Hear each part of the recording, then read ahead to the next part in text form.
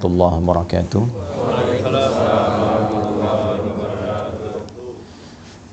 Alhamdulillahilladzi aqsama bis-subhi idza tanaffas. Wassalatu wassalamu ala Rasulillah nabiyyina wa sayyidina Muhammad ibn Abdullah alladzi ub'ida 'anil waswas wa 'ala alihi wa sahbihi wa dhurriyyatihi wa ummatihi ila yaumil mi'ad alladzi nabda'u fihi tanaffus. Wa ba'd. Jamaah sekalian yang dirahmati Allah Subhanahu wa taala. Alhamdulillah, di kesempatan pagi hari ini waktu Indonesia bagian barat di sana dan waktu Jepang di sini 2 jam berbeda, kita lebih cepat. Tapi dalam kecepatan 2 jam itu kita masih diberikan kesempatan oleh Allah untuk beriman. Ini nikmat yang penting untuk kita syukuri, karena di antara sekian orang berkehidupan di hari ini, belum tentu keseluruhannya bisa mendapatkan anugerah iman. Di antara sekian orang yang mengatakan dirinya beriman kepada Allah, alhamdulillah kita yang masih diberikan kekuatan untuk membuktikan keberimanan kita kepada Allah dengan menunaikan ibadah salat subuh berjamaah di Masjid Indonesia Tokyo ini. Semoga salat kita diterima oleh Allah Subhanahu wa taala. Doa-doa kita diijabah dan zikir-zikir kita insyaallah juga diperkenankan dengan penerimaan yang baik si Allah Subhanahu wa taala. Alhamdulillah, yang pertama ini syukur dan kebahagiaan tersendiri kami diberikan kesempatan kembali untuk membersamai jamaah di Masjid Indonesia Tokyo ini, di masjid yang sama-sama kita berjuang untuk bisa menghadirkannya. Dari awal peresmian juga saya menghadiri dan mengikuti kegiatan dari sejak bahkan Ramadannya, di luar Ramadannya. Dan kita ingin mengingatkan dengan beberapa kawan-kawan yang mungkin masih menggunakan seragam koko kebanggaan dan kebahagiaannya itu, Mas Uwais, Mas Yusuf dan kawan-kawan lainnya. Saya ingin mengingatkan bahwa masjid ini didirikan dengan dasar satu kolektivitas keislaman yang kuat.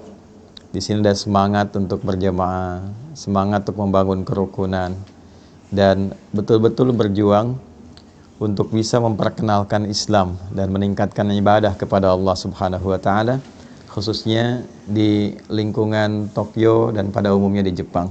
Mudah-mudahan niat dan seluruh apa yang kita harapkan itu sampai hari ini masih dicatat oleh Allah sebagai amal soleh untuk kita semuanya.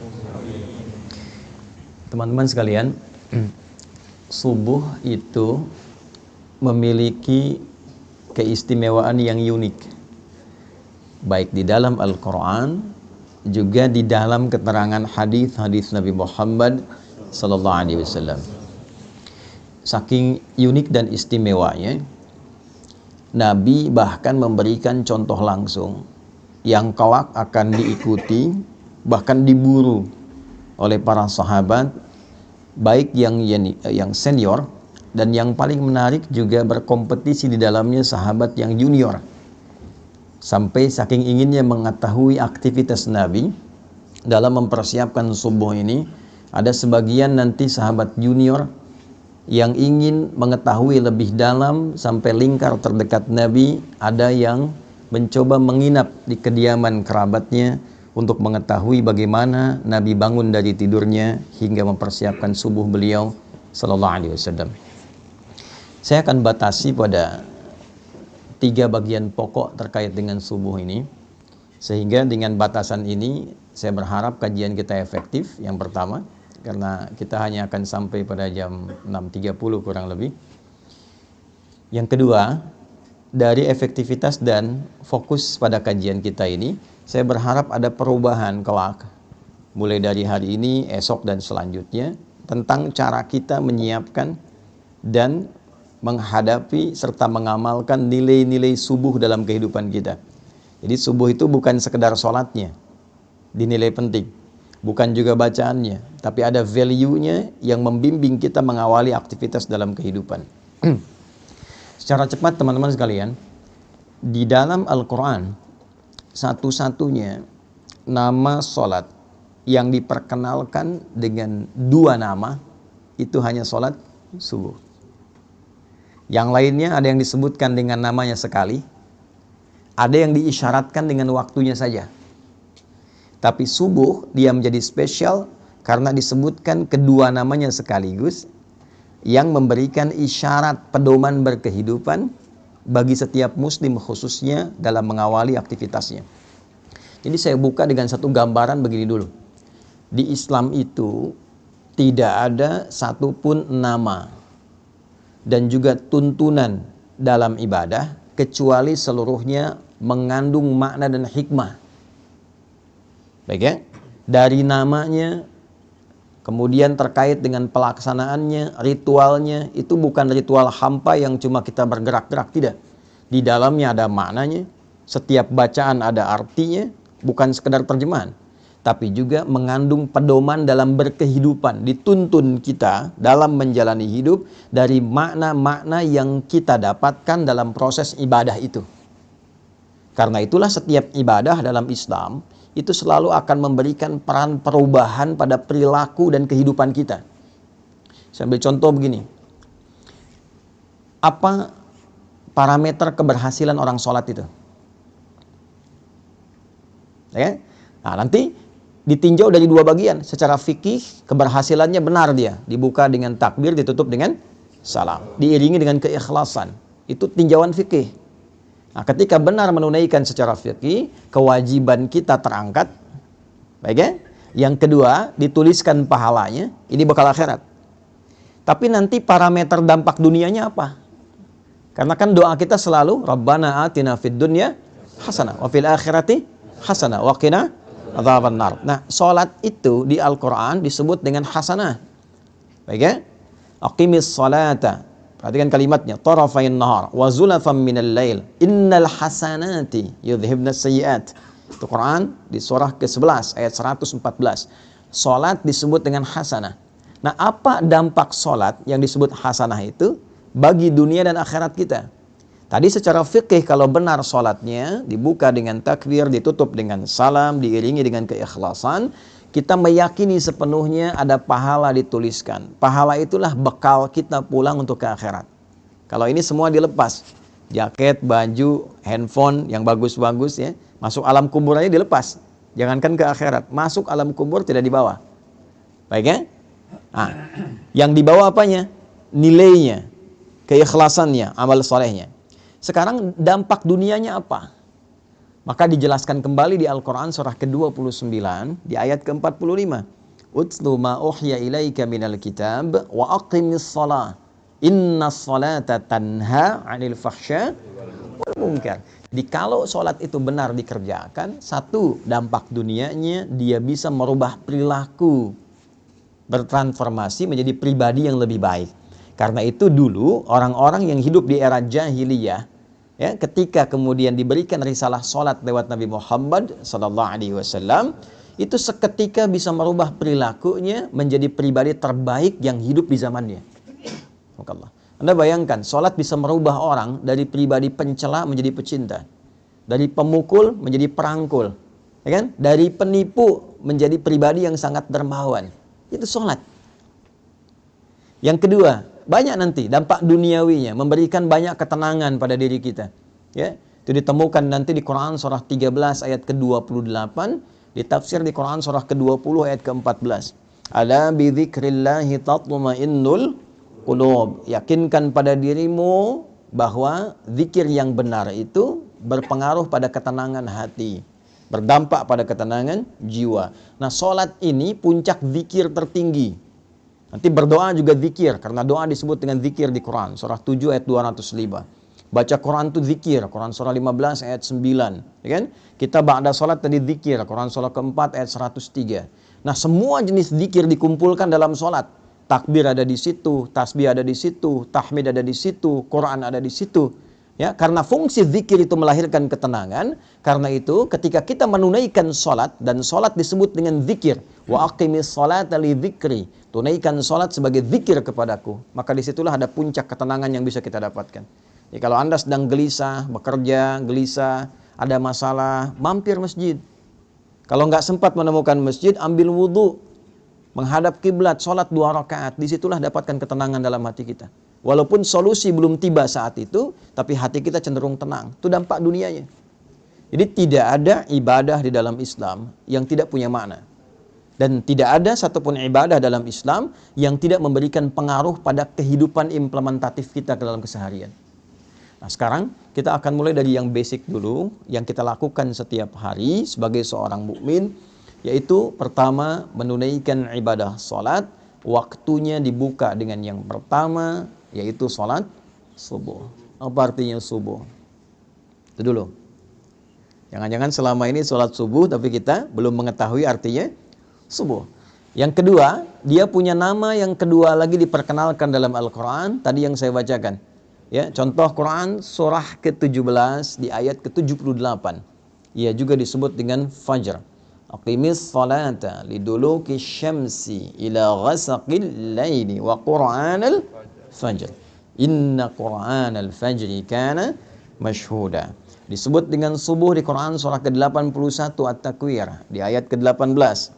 Was-subhi idza tanaffas. Baik. Teman-teman, Bapak Ibu sekalian, subuh, saya ulangi, subuh di dalam bahasa Arab itu seakar dengan kata asbah. Asbah itu asalnya sesuatu yang sudah siap, rencana yang sudah matang. Asalnya bila Anda memiliki agenda yang tersusun rapi, yang siap Anda eksekusi, yang siap Anda jalani, itu orang Arab akan bertanya begini, kaifa asbaht? Nah, bagaimana kabarmu di subuh ini? Maksudnya bukan bertanya keadaan kita semata. Beda dengan kaifa haluk, apa kabarmu dia? Nah, tapi dia bertanya bagaimana keadaanmu di pagi ini? Apakah sudah siap dengan rencana-rencana yang siap kau kerjakan? Baik, kan? Nah, jika Anda ingin ambil ke akar katanya, dalam waktu mula Anda merencanakan sesuatu dan siap untuk dieksekusi di awal kehidupan Anda jalani, itu waktunya disebut dengan subuh namanya. Nah, jadi subuh disebut dengan subuh seakan memberikan kesan bahwa dari mulai Anda bernafas menjalani aktivitas, Anda sudah merencanakan berbagai macam kegiatan yang akan dieksekusi di waktu itu. Salat ini disebut dengan subuh seakan memberikan kesan bahwa umat Islam itu dari mulai bangun tidur, dia sudah memiliki rencana-rencana yang terukur yang akan dieksekusi di hari itu.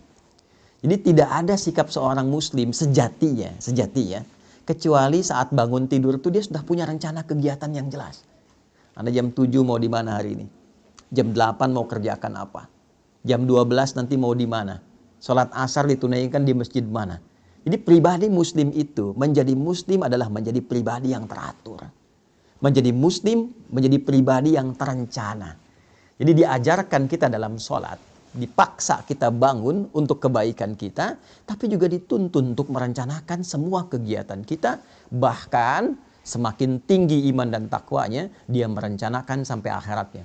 Itu yang dimaksud Quran surah 59 di ayat ke-18. Ya ayyuhalladzina amanu taqullaha wal tanzur nafsum ma qaddamat lighad. Ya, itu disebutkan 361 kali dalam Al-Quran. Huruf nida panggilan, nidaul qarib, mutawassit wal ba'id. Huruf memanggil orang-orang dengan jarak yang dekat, menengah ataupun jauh. Seakan Allah ingin katakan begini, hei semua orang yang telah menyatakan dirinya beriman kepadaku. Mau kalian merasa bertempat yang dekat, menengah, ataupun merasa di tempat yang jauh? Ayyuha disebutkan 150 kali dalam Al-Quran. Ayyunya munada berfungsi menguatkan, haknya tandih berfungsi mengingatkan. Aku tegaskan, aku ingatkan pada kalian semua. Alladzina disebutkan 1080 kali dalam Al-Quran. Mencakup laki-laki, perempuan, besar, kecil, tua, muda, apapun strata kehidupannya. Siapapun kalian, besarnya pangkat, tak punya jabatan, apakah merasa hartanya melimpah atau cukup hidupnya, berilmu atau sedikit ilmunya, tanpa kecuali aku tidak bedakan, kata Allah, sepanjang kalian masih menyatakan dirinya beriman. Ittaqullah. tingkatkan dan jaga selalu takwamu kepada Allah. Dan di antara ciri orang takwa itu, wal tanzur nafsum ma qaddamat lighad. Dia memiliki kesiapan-kesiapan rencana sampai persiapan pulangnya kembali pada Allah Subhanahu wa taala. Jadi takwa itu bukan hanya sholat. Ya, takwa itu bukan hanya baca Al-Qur'an. Ya, ketika Anda menyiapkan rencana yang terukur pun, memiliki program-program kehidupan sampai pulang, itu bagian dari takwa. Nah, saya tanya begini, siapa yang pengen ke surga? Angkat tangan boleh. Nah, ya. Yang surganya Firdaus. Nah, Masya Allah. Dah turun dulu. Yang merasa sudah cukup amalan untuk ke Firdaus.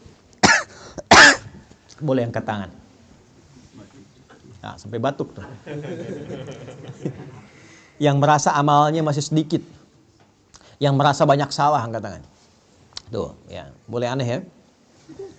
Nabi Adam itu salahnya satu. Keluar dari surga. Anda salah banyak pengen masuk. Nah, bagaimana memplanning itu? Menyiapkan rencana yang positif sampai kita mendapatkan rahmat Allah. Jadi rumusnya kan turunkan. Turunkan jenis surganya di Al-Quran. Ada 8 jenis. Dari Firdaus sampai ke surga yang standar biasa. Tapi mohon maaf, standarnya pun tetap surga. Itu turunkan karakternya bagaimana, amalannya apa saja, tekuni itu dengan profesi kita di bumi. Sampai kita mendapatkan hasilnya. Itulah subuh. Misal, Anda menginginkan surga Firdaus. Karakteristik penghuni surga Firdaus dan amalannya, itu ada misalnya di Al-Quran surah ke-23. Ayat 1 sampai dengan 9. Sampai Anda menemukan kalimat ulaika humul warithun alladzina yarithunal firdausa hum fiha khalidun. Ada orang-orang calon penghuni surga Firdaus yang sedang berpetualang di bumi. Nah, siapa mereka itu? Nah, balik ke atas, qad aflahal mu'minun. Ciri pertamanya dia punya iman yang kuat. Ada amana, amanu, yu'minun, mu'minun, beda. Amana, amanu baru standar keimanan. Perlu dilatih amal soleh terus ditingkatkan. Karena itu ketika amanu dibuka lagi dengan amal soleh. Dibuka dengan puasa, dibuka dengan sholat dan seterusnya. Ya. Wal asr. Innal insana lafi khusr. Illa alladhina amanu wa amilus salihat. Ya, maka dipacu lagi dengan amal soleh. Naik nanti yu'minun. Ya, iman yang konsisten dijaga terus. Alladzina yu'minuna bil ghaibi wa yuqimunas. Latihan dia. Setelah merasa nikmat, merasa imannya kuat, ya cirinya salah satunya jangankan yang fardu, ketinggalan yang sunnah saja sudah gelisah itu. Dia berubah jadi mukminun. Karena itu kualitasnya beda. Kalau amana, amanu baru sekedar sholat. Yang penting terpenuhi kewajiban. Kalau sudah mukminun, dia ingin memastikan sholatnya terasa nikmat dan khusyuk. Alladzina hum fi sholatihim khashi'un. Maka Anda boleh menjadi pengajar, boleh menjadi pebisnis, boleh menjadi diplomat, birokrat, tapi dalam saat yang sama, kalau ingin Anda punya rencana ke surga Firdaus, jaga waktu sholat Anda dan tunaikan dengan khusyuk. Firdaus. Kalau sholat biasa, mungkin khusyuknya standar. Tapi pengen ke Firdaus, berusaha terus selama hidup dalam level kehusyuan yang tinggi yang mampu kita lakukan. Ya, walladzina hum 'anil lagwi mu'ridun, yang enggak penting-penting tepikan. Nah, itu dibuat rencananya secara terukur. Kita tuh punya visi panjang loh, bukan cuma dunia. Sampai akhirat, akhiratnya turunkan, jadikan panduan berkehidupan. Nah, itulah yang dimaksud Quran. Surah ke-81, ayat 18. Wasubhi idza tanaffas. Dan aku bersumpah, kata Allah. Pakai kosam tuh. Demi waktu subuh. Yang mengiringi setiap nafas yang keluar, yang baik, yang dengan itu keluarlah produktivitas amal soleh setiap makhluk. Allah kasih contoh. Maaf, setiap subuh itu diberikan semua contoh kehidupan kita. Tumbuhan, nafas pertamanya keluar oksigen. Dia serap karbon dioksida, dia keluarkan oksigen pagi hari. Saya waktu di Utrecht di Belanda itu, setelah ada sesi mengajar itu, saya tinggal di satu flat apartemen, itu depannya itu bagus sekali hutan lindung yang terjaga, sehingga udaranya bagus. Saya ingin buktikan bagaimana ayat ini bisa terasa dalam fenomena alam. Saya keluar kurang lebih 2-3 menit sebelum waktu subuh. Itu udara yang terasa, masih terasa karbon dioksidanya. Belum segar. Tapi begitu masuk waktu subuh, wasubhi idza tanafas, ganti. Oksigen mulai muncul, segarnya mulai muncul. Jadi Anda bisa bayangkan, tumbuhan saja dimulai waktu subuh, dia sudah punya rencana yang terbaik untuk memberikan manfaat dalam kehidupan. Ayam subuh sudah berkokok, kan? Binatang, angin, subuh, sepoi sudah bertasbih. Jadi Anda bayangkan, makhluk yang tidak dihisab, dia punya rencana strategis dalam hidupnya dan sudah memberikan manfaat di awal aktivitasnya. Saya, Anda, kita, yang jelas dihisab dari ujung kepala sampai ujung kakinya, yang menginginkan berada di surga Firdaus di awal masa transit sampai tinggalnya di akhirat nanti. Maka ditanya oleh Allah, tanya balik tuh, apa yang kau siapkan, rencana apa yang kau punya di awal bangunmu, di awal nafas kehidupan yang engkau akan jalani. Jangan-jangan tumbuhan yang tidak dihisab memberikan manfaat, manusia yang dihisab justru belum punya rencana manfaat yang bisa ditebarkan dalam kehidupan. Maka kita diajarkan dari awal, ya, saking pentingnya rencana-rencana yang baik ini, maka Al-Quran meminta kita menyiapkan bahkan sebelum subuhnya. Ya, saya mulai dari hadis Abu Daud, nomor hadis 1367. Nanti diriwayatkan oleh sahabat mulia yang junior, namanya Abdullah, anaknya dari paman Nabi SAW Abbas bin Abdul Muttalib radhiyallahu ta'ala anhu. Perhatikan kalimatnya, beliau meriwayatkan, dan riwayat ini sangat penting, dari 2000 riwayat yang pernah beliau sampaikan. Qala an Ibnu Abbas radhiyallahu ta'ala anhuma qala kana an-nabiy sallallahu alaihi wasallam. Ibnu Abbas ini meriwayatkan hadis ini sampai beliau meminta menginap di rumah bibinya Sayyidah Maimunah. Jadi kalau nanti Anda yang umrah atau haji, mudah-mudahan yang belum bisa segera ya untuk berangkat. Itu tidak cukup dengan amin, nabung tuh ya. Nabung berdoa ya. Nanti kalau sudah berangkat, Anda cari namanya pintu Babus Sanam. Dari Zamzam patokannya belok kanan, ada pintu 26 yang kiri gate Ismail, di samping yang ada istana raja tuh, Jabal Qubais. Masuk ke kanan, lurus dulu setelah gate Ismail, nanti sedikit lagi 27, 28 bertemu pintu gate Nabi namanya. Tandanya yang ada jembatan ke arah masjid dari istana itu. Ada tulisan gate Nabi, Babun Nabi. Disitulah kediaman Sayyidah Maimunah radhiyallahu taala anha, dan disitulah Nabi berkehidupan tinggal setelah Sayyidah Khadijah wafat. Ya, letak rumah Sayyidah Khadijah di depan yang pintu Marwah. Ya. Nah di gate Nabi ini beliau pernah tinggal di kediaman Sayyidah Maimunah. Ibnu Abbas kecil tinggalnya di samping pintu Babus Salam. Jadi kalau turun Babus Salam, gate Nabi, gate Ali, Babus Salam, turun ada eskalator sebelah kiri dan kanan, tangga manual. Ada satu kursi warna merah tuh di depannya itu. Turun ke bawah, ada tulisan Babus Salam. Babus Salam tuh nanti sejajar, kalau tarik garis lurus ke Maulid Nabi, tempat lahirnya Nabi itu. Ya. Jadi seakan-akan memberikan satu isyarat bahwa kita berislam itu ya menuju kepada Allah melalui petunjuk Nabi Muhammad Sallallahu Alaihi Wasallam. Saya pernah dengan kakak ngambil arah matahari terbit, itu begitu dipotret baru sadar kalau bayangannya itu tembus lurus langsung dari kediaman Nabi ke arah Hajar Aswad. Lurus, ya dulu waktu belum rame-rame seperti sekarang. Nah saya mau katakan cepat, itu dari pintu itu saya mau ilustrasikan, ya mengarah ke sofa nanti, rumahnya Arqam bin Abi Arqam, anak muda usia 17 tahun, yang dalam riwayat salah satunya menyebutkan orang yang ke-17 masuk Islam, diajak oleh Sayyidina Utsman bin Affan radhiyallahu taala anhu, dari 40 orang awal yang masuk Islam. Disebut dengan generasi awal as-sabiqunal awwalun. Anak ini, anak bungsu, sudah disiapkan oleh orang tuanya untuk mengabdi kepada Islam dengan mendalami pengetahuan. Jadi anak pertamanya Fudail dikhususkan melayani Nabi jadi asisten Nabi. Kelak ketika Nabi akan meninggal, Fudailah yang membawakan air wudhu untuk Nabi. Saat berwudu, kemudian beliau sudah selesai dan wafat kemudian hari ya di pangkuan Sayyidah Aisyah radhiyallahu taala anha. Adiknya yang bungsu ini yang disiapkan oleh ayahnya untuk mendalami Islam, khusus terkait dengan Quran dan kepribadian Nabi. Jadi mohon izin saya sedikit dalamkan ya. Ini pesan bagi kita, kalau sudah berkeluarga disiapkan. Jangan hanya sekedar menyatu, punya keturunan, disekolahkan, tidak, siapkan. Ini anak pertama mau jadi apa? Anak kedua kemana arahnya? Anak ketiga seperti apa? Sehingga melengkapi visi dan kebahagiaan yang disiapkan di kehidupan keluarga itu. Jelas. Sampai ke akhirat bergandengan tangan, dibawa semua. Menghadap Allah dalam kebaikan. Itu ada konsepnya di Quran. surah ke-13 ayat 23 sampai 24. Kalau Anda bisa menyiapkan begitu, itu disambut oleh malaikat saat masuk ke surga, di semua pintu surga. Ya, nanti di akhir saya tajamkan itu. Nah, Abdullah bin Abbas ini selalu disingkat dengan Ibnu Abbas. Ya, perhatikan ini di ilmu sanad ya. Kalau ada ayah, ibu mendidik anaknya dengan baik sampai dekat dengan Allah, itu kalau di ilmu hadis dibuang nama anaknya, dilekatkan nama orang tua diwakili ayahnya. Misal, namanya Abdullah, bapaknya Abbas. Diisyaratkan dengan ibnu, anak laki-laki, Abbas.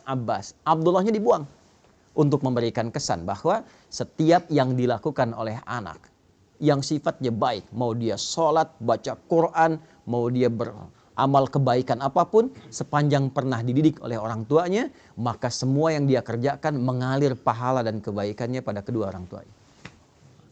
Ibnu Abbas radhiyallahu taala anhuma, hadis ini diriwayatkan oleh Ibnu Abbas. Jadi kalau saya bacakan hadis ini, Anda yang dengar sekian banyak, live ribuan orang misalnya tonton, itu satu hadis ini dari ribuan orang yang menyimak mengalirkan pahala untuk Abbas dan juga istrinya dan keluarga besarnya. Bayangkan.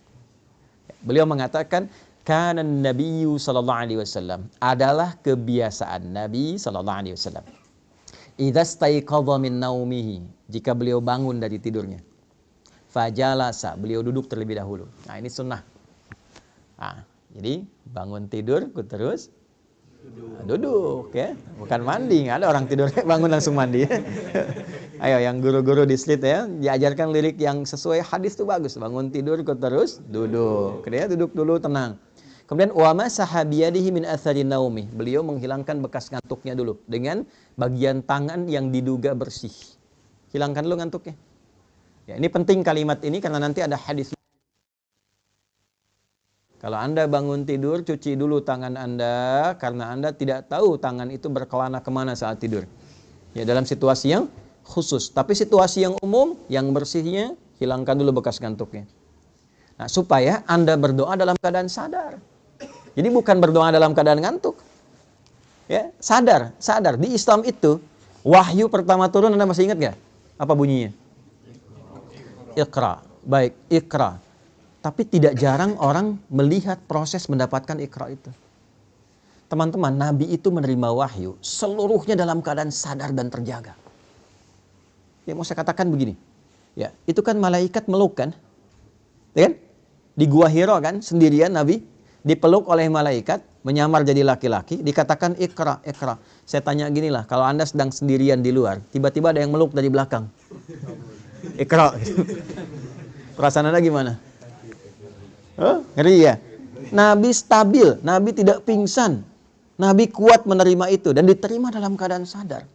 Artinya apa? Seluruh apa yang diajarkan oleh Nabi bukan hanya dibimbing dan dikuatkan oleh Allah, tapi dipastikan dengan ikhtiar yang baik, yang sempurna, yang terukur.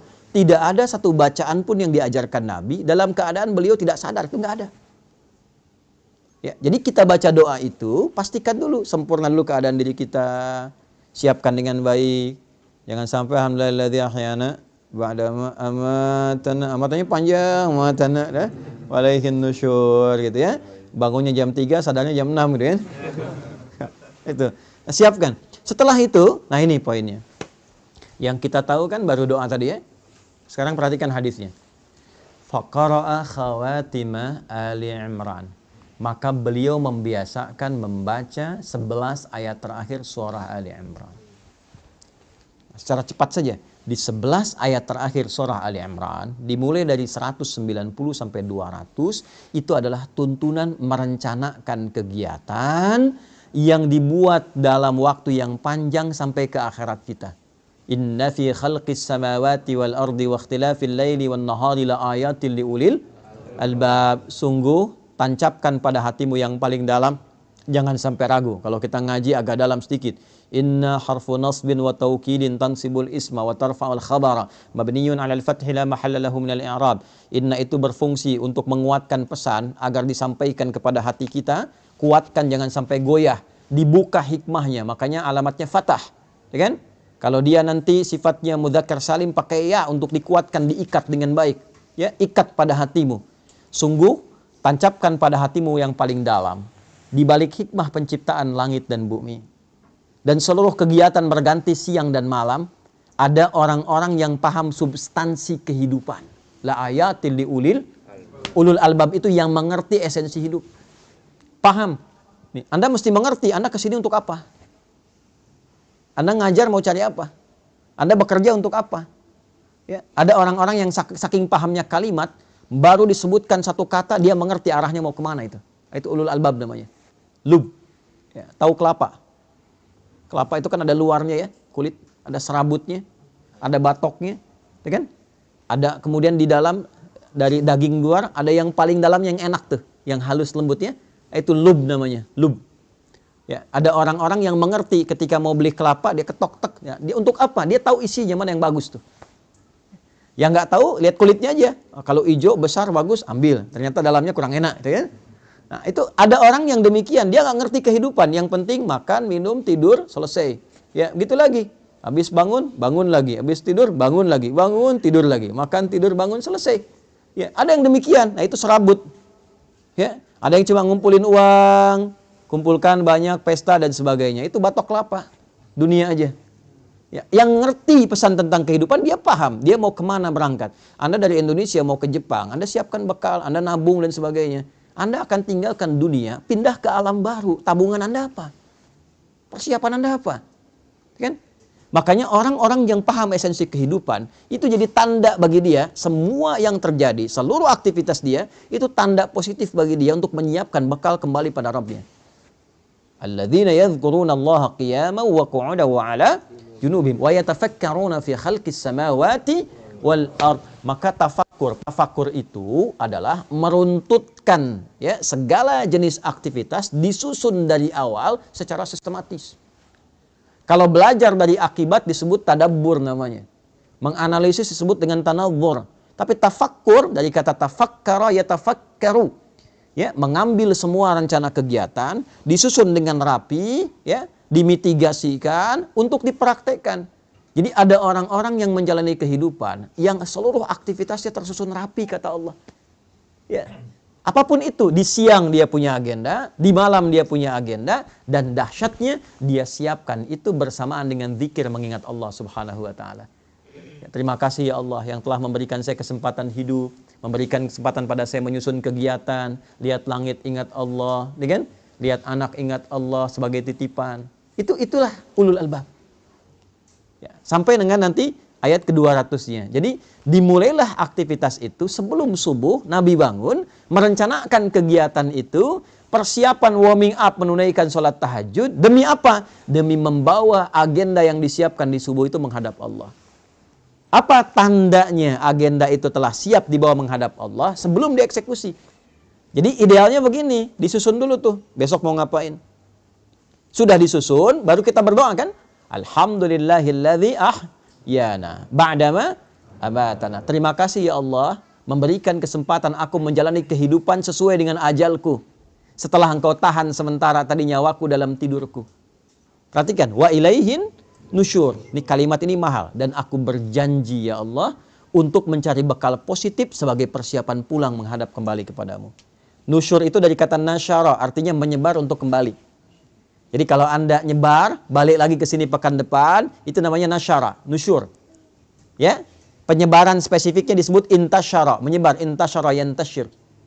Nah, kita ini menyebar untuk balik ke Allah, maka kita katakan wa ilaihin nusyur. Jadi setiap kali Anda bangun tidur, kita katakan ya Allah, saya pengen cari bekal yang baik hari ini sebagai persiapan pulang menghadap kepadamu. Nah, persiapan itulah yang kita rinci satu-satu. Ya, jam sekian saya bangun kerjakan ini. Sebelum kita eksekusi, bawa dulu itu menghadap Allah supaya dibacakan oleh kita. Minta kemudahan, minta kelancaran, minta perlindungan. Semua bacaan yang kita bacakan itu disebut dengan Quran dalam bahasa Arab. Zikir itu Quran. Ya kan? Doa itu Quran. Bacaan-bacaan kita Quran. Kalau yang dimaksudkan Al-Fatihah sampai dengan An-Nas, tambahkan alif lam di depannya, menjadi Al-Quran. Jelas? Baik ya? Al-Quran, kalau pakai alif lam, kayak artikel the dalam bahasa Inggris. Ya, there are so many cars outside. Itu banyak tuh mobil di luar tuh. Tapi kalau kita katakan the car, is yours. Ya, tapi yang ini itu punya Anda. Oke? Itu kayak artikel Al-Quran khusus untuk firman Allah yang disampaikan melalui malaikat Jibril pada Nabi Muhammad SAW dari Al-Fatihah sampai An-Nas, berpahala dan beribadah kita dalam membacanya. Itu Al-Quran. Tapi kalau Quran itu semua bacaan yang kita sampaikan pada Allah. Ya, agenda kita, doa kita, harapan kita, zikir kita, istighfar kita, itu digabungkan semua jadi apa?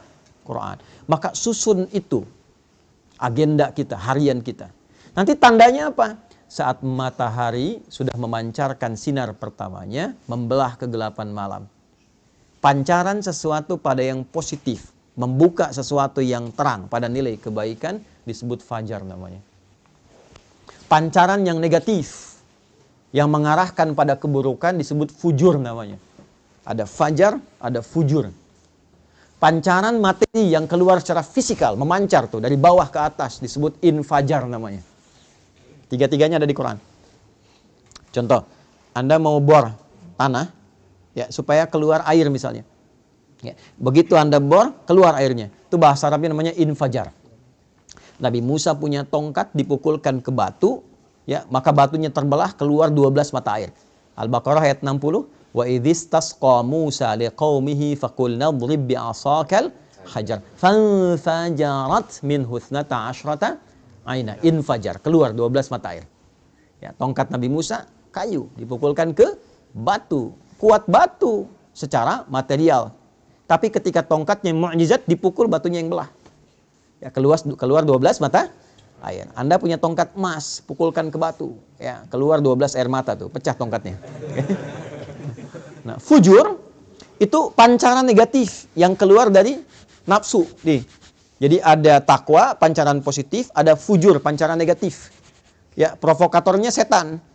Kalau takwa, supporternya malaikat.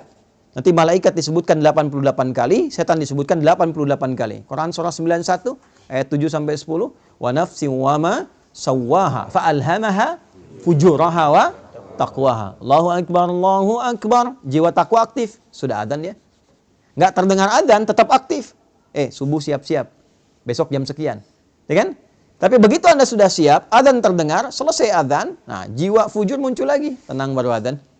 Belum qomat. Ya kan? Waktunya masih panjang. Pernah begitu?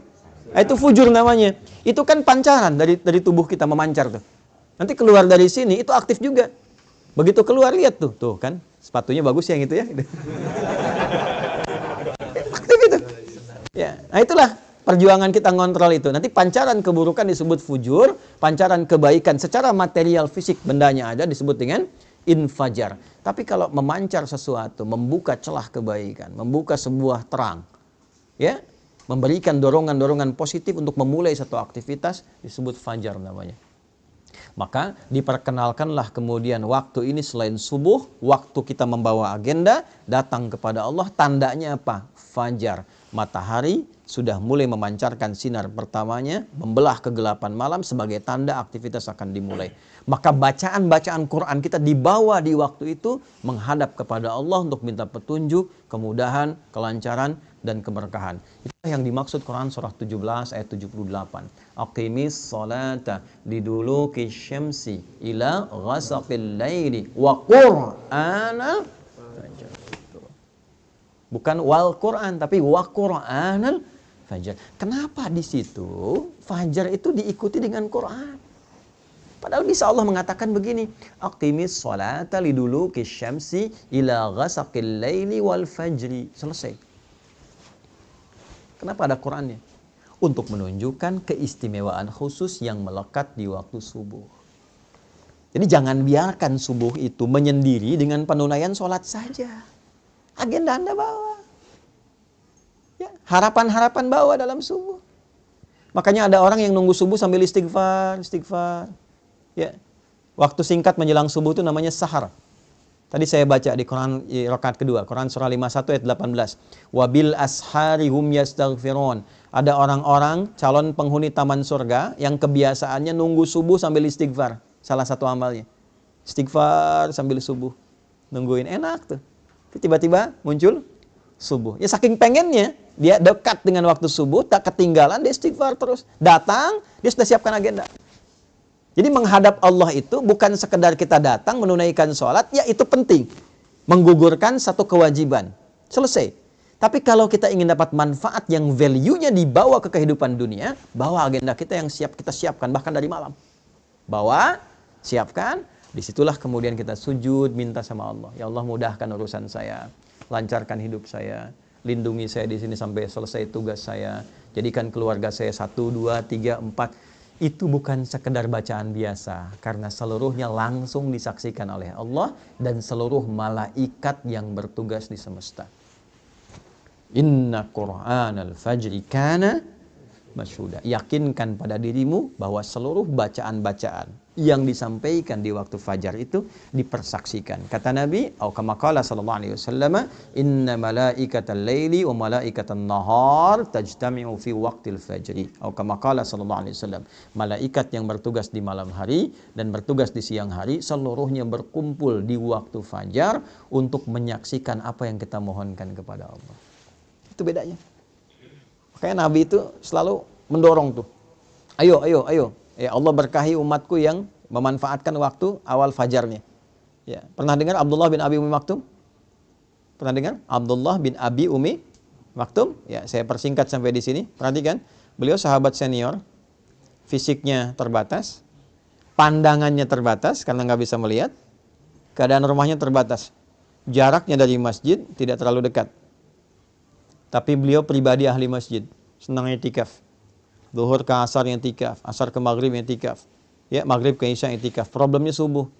Karena jarak isya ke subuh, ya itu juga cukup jauh. Masjidnya tidak sebaik seperti yang kita dapatkan di masjid kita sekarang. Alasnya tanah. Atapnya tadinya kosong, terus ditutup oleh daun-daun kurma. Batangnya pelepah kurma. Ya. Tingginya itu sekitar sab'ina dzira'. Sab'ina dzira' itu berarti 3,5 meter ke atasnya. Ya, jadi kalau masuk ke Masjid Nabi pada waktu itu pas di atas kepala sedikit, tangan bisa pegang. Ya kan? Nah, yang paling menarik teman-teman sekalian, dalam situasi itu beliau masih pengen i'tikaf, datang di awal waktu subuh. Cuma karena nggak bisa, datang ke Nabi begini. Ya Rasulullahi, atau kama qala aliyya rukhsah. Ya Nabi, saya senang ke masjid. Saya pengen jadi ahli masjid. Cuma saya terbatas. Jarak rumah ke masjid tidak terlampau dekat. Mata nggak bisa lihat. Ya, subuhnya juga tidak mudah. Boleh nggak saya punya rukhsah, keringanan, supaya menunaikan subuhnya di rumah? Nabi tidak mengiyakan, tidak melarang. Perhatikan jawabannya. Kata Nabi, atau kama qala sallallahu alaihi wasallam, atasma'ul adzan, apakah engkau masih mendengar adzan? Kata beliau Abdullah bin Abi Maktum, bala ya Rasulullah, kama qala, ya Rasulullah. Perhatikan kalimatnya. Madum tatasma'ul adzan atau kama qala fa'addiha fil masjid.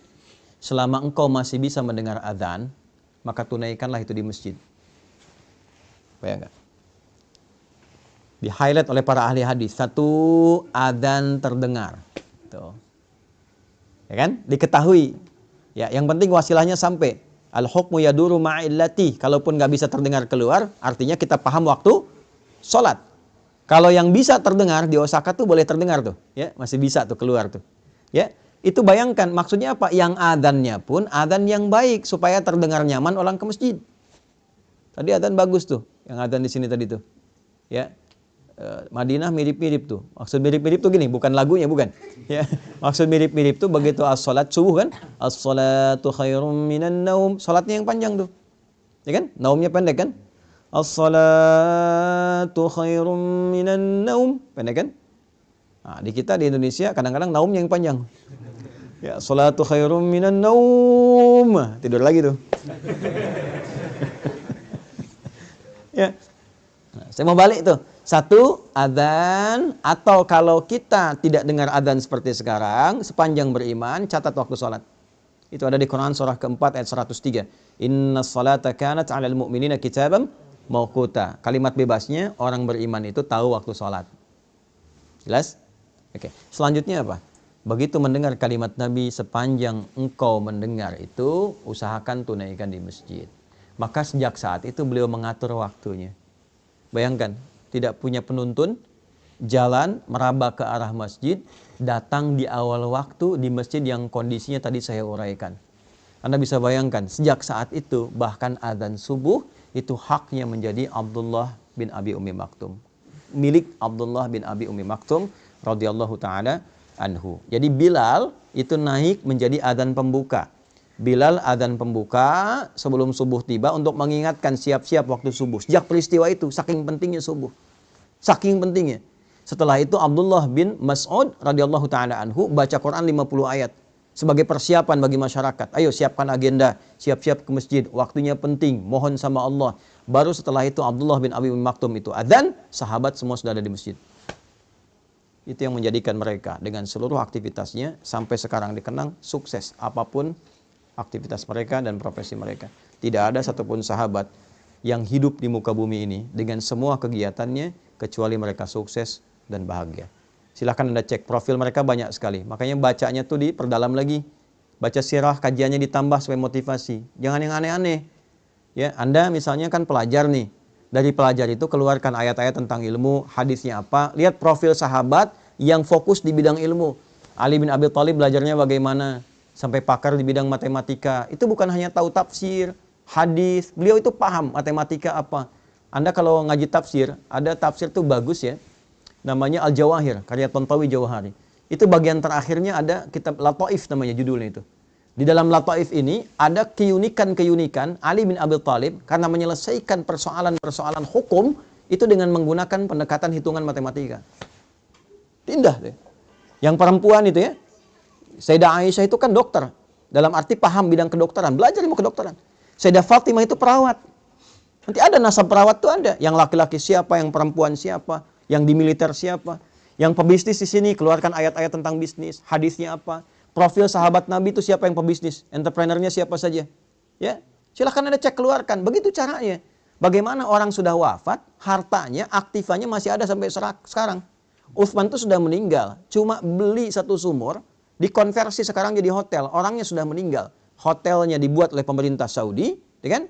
Setelah itu dijadikan kemudian wakafnya Utsman bin Affan radhiyallahu taala anhu, hasil yang disimpan di Bank Saudi disedekahkan untuk kepentingan umat Islam. Orangnya sudah wafat 15 abad yang lalu.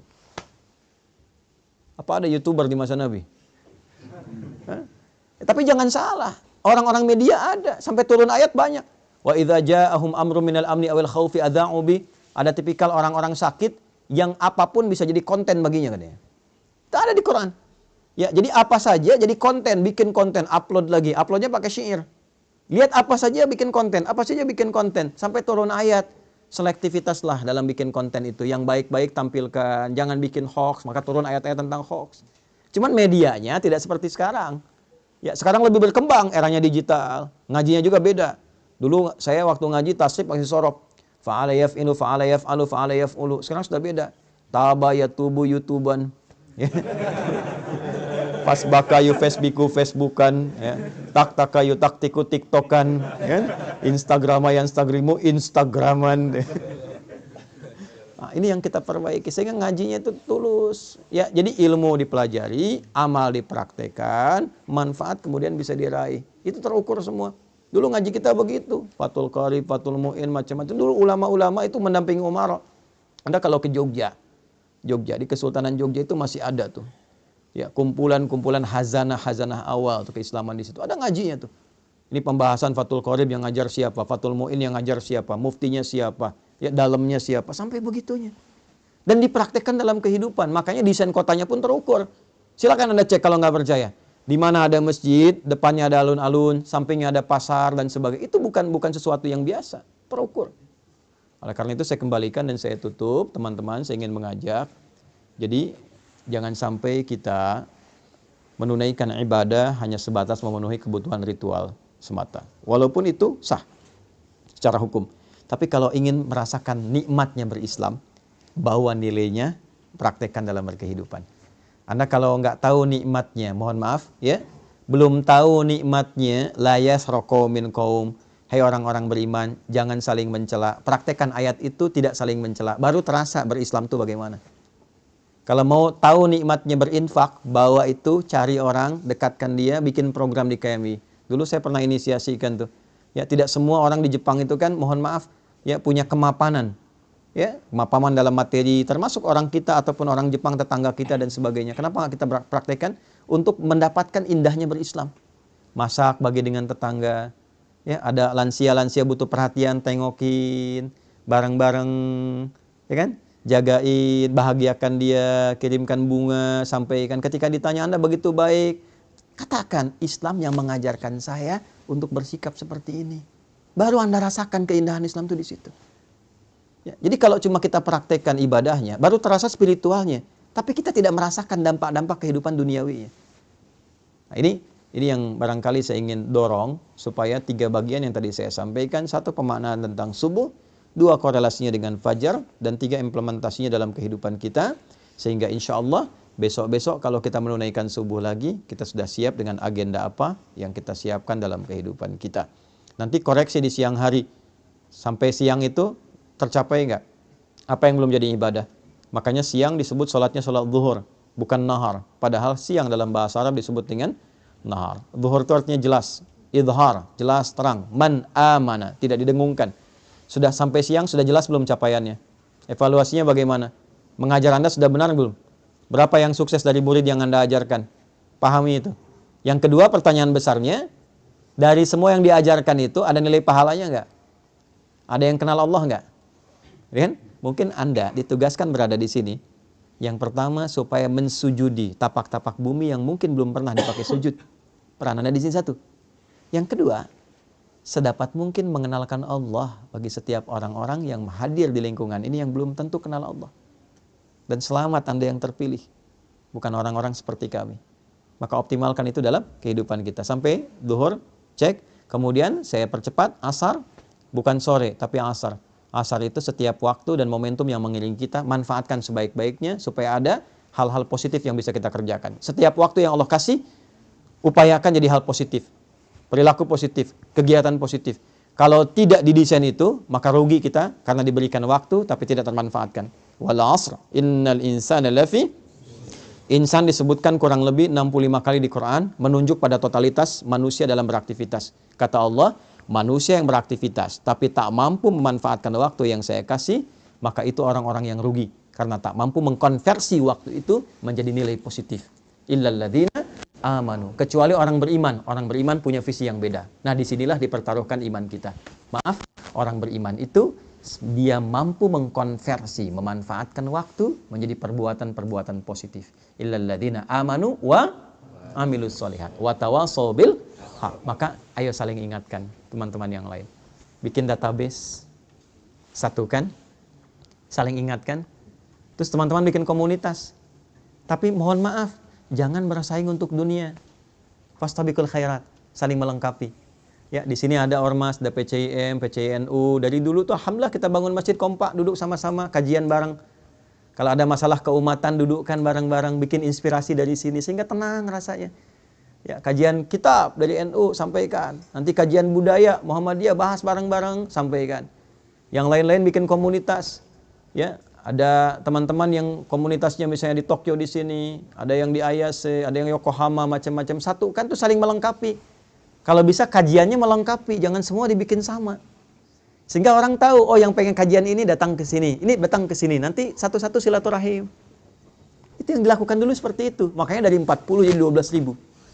Ya, watawassaw bis sabar. Pelajari fikihnya sebelum dilakukan, pelajari dasarnya sehingga kita mengerti apa yang ingin kita raih. Sabar jaga itu sampai muncul akhir penghujung kehidupan kita, maghrib. Walillahil masyriqu wal maghrib. Fa aina ma tuwallu fathamma wajhullah. Kemanapun kita beraktivitas, kita merasa Allah menatap kita, memperhatikan kita. Rasakan kita diawasi oleh Allah. Sampai terakhir, tibalah waktu kita untuk pulang. Sesibuk-sibuknya Anda, asya, harakatnya di atas fathah. Ya, mencari ma'isyah untuk hidup, beraktivitas, berangkat, kerja. Sekarang silahkan. Tapi pada akhirnya semua itu akan turun ke bawah, selesai, purna dan tuntas. Berubahlah harakat dari fathah ke kasrah, dari asya menjadi isya. Apa persiapan kita ketika semua kegiatan itu sudah tak mampu dikerjakan lagi? Kita berpulang kepada Allah, menutup mata kita dan di situ kemudian berlaku doa terakhir kita, wa ilaihin nusyur, dan kepada Allah lah kita akan kembali. Maka kita katakan bismika Allahumma ahya wa bismika amut. Ya Allah, aku hidup berkehidupan, aku pun akan tidur, mungkin ini tidur terakhir yang akan aku kerjakan, dan mataku akan tertutup untuk selamanya. Mohon terima seluruh aktivitas yang aku kerjakan selama tadi. Maka kita istighfar sebelum tidur. Istighfar Nabi sampai 70 kali. Setelah tenang, nyaman, kita tidur. Dalam pun wafat, mudah-mudahan wafat dalam keadaan husnul khatimah. Inilah kurang lebih gambaran subuh sampai tidur kembali. Semoga bermanfaat. Semoga yang hadir saat ini bisa meraih manfaat dan tidak ketiduran, karena sekarang waktu merencanakan kegiatan, bukan waktunya untuk tidur. Saya kira itu dulu pengantar yang ingin saya sampaikan. Kita ada waktu barangkali 15-20 menit sebelum kita akhiri. Saya mohon izin saya batasi 6:30 karena saya mesti kembali ke flat itu untuk bantu mandikan anak-anak dan sebagainya untuk persiapan ke agenda berikutnya. Ya. Saya kira saya cukupkan dulu, nanti setelah itu kita berdialog. Dipersilahkan pada teman-teman kalau ada hal yang ingin kita diskusikan. Assalamualaikum warahmatullahi wabarakatuh.